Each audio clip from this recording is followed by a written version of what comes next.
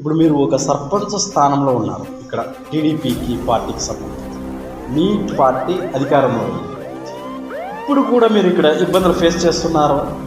YCP government కంటే ఇప్పుడే ఒక ఇబ్బందులు ఎక్కువగా ఫేస్ చేస్తున్నాము. నా దృష్టిలో మా ఆలూరు తాలూకాలో తెలుగుదేశం ప్రభుత్వం లేదు, వైసీపీ ప్రభుత్వమే ఉంది. వైసీపీ వాళ్ళకే పనులు జరుగుతున్నాయి, వైసీపీ వాళ్ళని చేరదీస్తున్నారు. పట్టుబట్టి వైసీపీకి ఓటు వేయించిన వాళ్ళే ఈరోజు తెలుగుదేశం పార్టీలో పని చేయించుకుంటున్నారు. తెలుగుదేశం కండువా కప్పుకొని జెండా మోసినోడు మూల కూర్చొనేసి మూలుగుతా ఉన్నాడు. ఎగ్జాంపుల్ నేనే. వైసీపీ గవర్నమెంట్లో గెలిపించినటువంటి సర్పంచ్ టీడీపీ ప్రభుత్వం వస్తే మమ్మల్ని మూల కూర్చోబెట్టారంటే, ఆ రోజు వైసీపీ ప్రభుత్వం ఉంది మమ్మల్ని మూల కూర్చోబెట్టారంటే ప్రతిపక్షం అనొచ్చు. ఈరోజు మేము అదే పార్టీలో ఉన్నాం, అదే పార్టీకి కష్టపడినాం. ఆ వ్యక్తి కోసం లక్షలు వెచ్చించాం, గంటల కొద్ది తిరిగినాం, వందల కిలోమీటర్లు వేల కిలోమీటర్లు ప్రయాణం చేసాం తన గెలుపు కోసం.